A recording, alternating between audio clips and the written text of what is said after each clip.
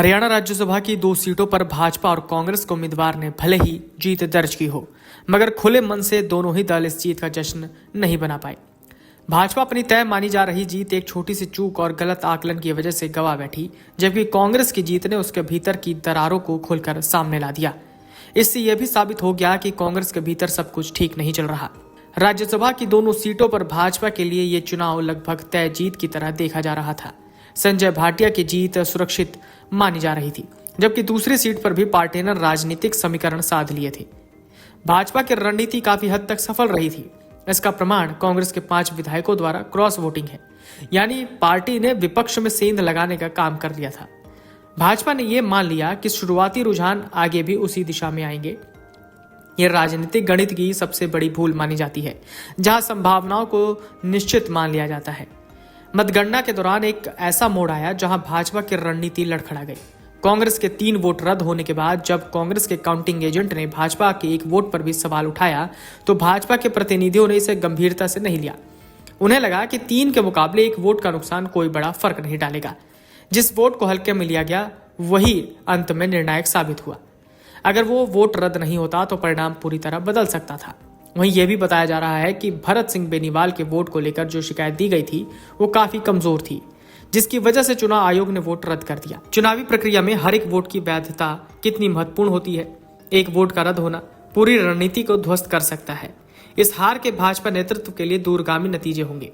अब देखना होगा कि इस हार को हाईकमान किस तरह से लेता है और हार के लिए जिम्मेदारों पर क्या कार्रवाई करता है। कांग्रेस भले ही एक सीट जीतने में सफल रही हो, लेकिन इस जीत के पीछे छिपी सच्चाई पार्टी के लिए ज्यादा चिंताजनक है। 4 वोटों का रद्द होना और 5 विधायकों का क्रॉस वोट करना यह साफ संकेत देता है कि पार्टी के भीतर अनुशासन और एकजुटता की गंभीर कमी है। कांग्रेस के पास कुल 37 वोट थे, इनमें से 9 वोट खराब हो गए। एक पार्टी कुल वोटों में से 25% वोट खराब और क्रॉस वोट जाए तो कहीं ना कहीं कांग्रेस के अंदर की फूट और संगठनात्मक कमजोरी को दिखाता है। यदि भाजपा का वोट रद्द नहीं होता या भरत सिंह बेनीवाल का वोट अमान्य घोषित हो जाता तो समीकरण पूरी तरह बदल सकते थे। पार्टी ने अपने विधायकों को बचाने के लिए मजबूत बाड़ेबंदी की थी, मगर कांग्रेस को इस बात की भनक तक नहीं लग पाई कि सत्ता पक्ष ने उनके विधायकों से संपर्क कर लिया है। इस पूरे घटनाक्रम ने कांग्रेस नेतृत्व पर भी सवाल खड़े कर दिए। पार्टी लगातार एकजुटता का दावा करती रही, लेकिन जमीनी स्तर पर विधायकों का व्यवहार कुछ और ही कहानी कहता है। राज्यसभा चुनाव के दौरान कांग्रेस के 4 और भाजपा का 1 वोट रद्द किया गया। इन वोटों के रद्द होने की वजह से भी कांग्रेस का समीकरण बिगड़ गया और बड़ी मुश्किल से सीट निकालने में कामयाब रही। कांग्रेस का आरोप है कि जानबूझकर उनके वोट रद्द किए गए, जबकि वो मान्य वोट थे। कांग्रेस के नेताओं ने बताया, रिटर्निंग अधिकारी ने बताया, उनके 3 वोट इसलिए रद्द कर दिए क्योंकि 3 वोटों के पीछे बिंदी का निशान बना हुआ था, जबकि पीछे निशान लगाने का कोई औचित्य नहीं। ऐसा लगता है कि जानबूझकर या पहले से ही निशान लगाया हुआ होगा। चौथा वोट टोहाना विधायक परमवीर का हुआ था। परमवीर पर आरोप था कि उन्होंने अपने मतपत्र की गोपनीयता भंग कर दी थी। इस पर भाजपा के अधिकृत चुनाव एजेंट गौरव गौतम ने आपत्ति जताई थी। चुनाव आयोग ने गौरव गौतम की शिकायत पर संज्ञान लेते हुए परमवीर का वोट रद्द कर दिया था।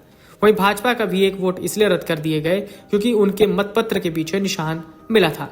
एक तरह से मतपत्र पर बिंदी ने कांग्रेस और भाजपा का खेल बिगाड़ दिया।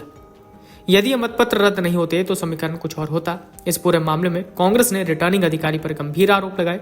कांग्रेस का कहना है कि उन्होंने अपने दायरे से बाहर जाते हुए एक पक्षीय कार्रवाई की।